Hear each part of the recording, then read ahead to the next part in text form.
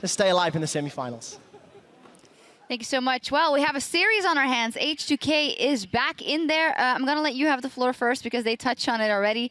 The Ahri pick, obviously, and you were saying it for the last couple of games, but this is where, what was the pick always faltered, and did H2K just play it correctly this time around, or what was the deal? Like, I'm going to sound like a one-string banjo, you know, ding, ding, ding, but like the thing is, a one-string banjo. Yeah, I know. Nah, come on. But the thing is, Ahri is not like a pick that you're supposed to blind pick. You can pick so many different champions that can farm safely against Ahri. And with that in mind, I want them to pick Orianna there. Good blind pick, doesn't have a lot of counter matchups, is kind of weak to poke, but not that bad. And it would have been good against this Fizz that Mr. Ryu has showed off a lot in the split. To be fair, I think the Ahri pick is just... They thought they have the series already, so they have no reason to show anything else. It's just the best of series strategy, basically, where they had, okay, Ahri was doing fine, so we're going to pick it again no matter what. We don't want to show everything because they still have to play potentially Fnatic or Unicorns. And yeah, I think we might see a change of strategy for EG coming into this game. No more Ahri blind picks, 100%. But the thing is, Dexter, Orianna is not like, ooh, damn, Orianna, I've never seen that before. Yeah, but... You know? Come on. I agree with you, but... Yeah. I agree with you too. There are points why they would pick the Ahri, you know, so... I think one of the biggest problems, though, is in-game. If you're playing with a champion like Ahri, who does rely on gold to snowball, and your jungler gets all of the gold early on, it works well on Elise, don't get me wrong. Elise getting extra damage, extra tankiness is fine, but with an Ahri that needs to snowball, I think that is a big pain point there, where you've got so many different options on the map that need gold. If you can't get it spread, it's very difficult to actually play that out. Something that I would like to highlight as well in terms of the compositions is they had a full magic damage comp, similar to what we did against Unicorns of Love in the second game, where we had a full magic damage composition. And if you do not manage to get ahead simply because you pick these magic damage champions just to have stronger matchups, then the enemy team, even though you're even, their gold is going to have more value because magic resistance is just so more valuable against that composition. And also, Fizz is one of the champions that scales the hardest out of any AP mid laners in the game. Yeah, that's it. Oh, yeah, I thought you wanted to jump in before he jumped in there. He got my point already. No problem. So looking at this game, then also the mental aspect, of course, you feel like OG might have more up their sleeves. They just think they had it. I feel like in-game, sometimes it became very solo queue-esque there in the early to mid-game. What do you think that is? Is that overconfidence from the side of OG? I think it's overconfidence, for sure. I mean, I know the players, and I think they were in a position where they can say, yeah, we beat them at everything they have, so we're just going to play our game, we're going to try stuff, and then if it works, we're going to beat them 3-0. If not, we're just going to go back to our normal strategy and beat them 3-1 next game. I think the most intriguing thing there is if it is overconfidence that's crept in, it seems to have even perhaps crept in to the rookie on the team of Niels, because that was the most deaths Niels has had in a single game all split with 5, which isn't a massive number, but previously he had only died 3 times maximum in other games. So I wonder whether, as you said, it is the overconfidence.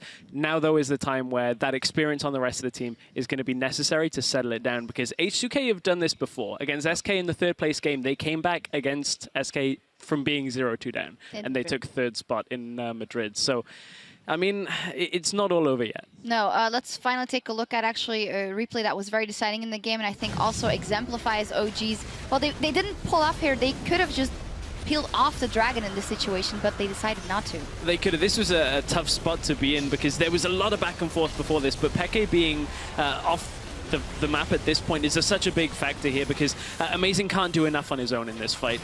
That's where all of the gold was at this point in the game, and then H2K, Hyanan just absolutely going ham in this team fight, and the gold just not so useful on Elise in a team fight like that. Especially like, if you keep in mind, like if you took a look at the Elise build, spell penetration, rumble, spell penetration. When the Aegis comes in, it is just too much value in it. And the thing that we need to highlight is, once again, like, so many trades in the early game. The first blood was a trade. Then we had some more trades at the raid camp.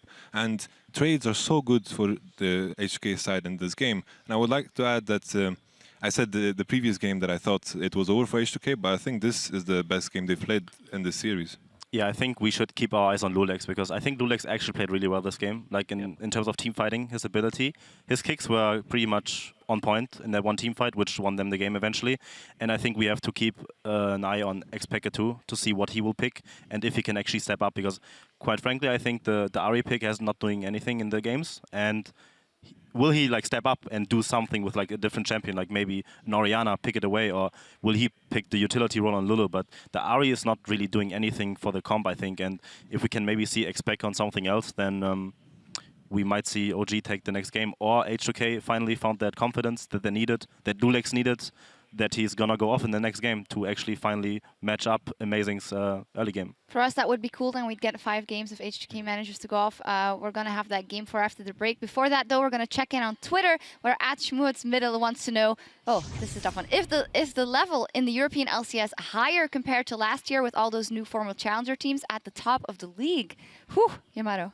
I would like to say that obviously season after season, the game is going to progress and every team is going to progress. So I think drawing that comparison is harder, but I do feel that there's more talent, like individual talent in the scene than there was before. We always had these names that everybody recognized that have been there from the start, and I think this new talent is taking a good place in the LCS. There was something very interesting you said when we selected this tweet.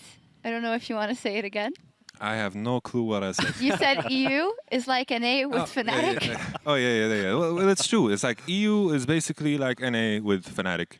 Let's be honest. It's like Rocket is like Team Impulse. Who's CLG? Elements is like CLG. I am CLG. I was CLG. Yeah. You are CLG? Yeah, I was. God bless CLG. All right, well, we'll see how it progresses. In any case, the pressure is on H2K still to come back in Game 4 to stay alive still in the summer playoffs. Before we go, we'll hear what it means to Lulex to play with a jungle sub waiting in the wings. Don't touch that browser. We'll be right back. Having a jungle sub in the team, it puts a bit of pressure on me to perform. So I think it's really good, and I expect to see more Western team doing it in the future because they do it already in Korea, like even Faker as a sub. So, like I think Western team should pick up on this.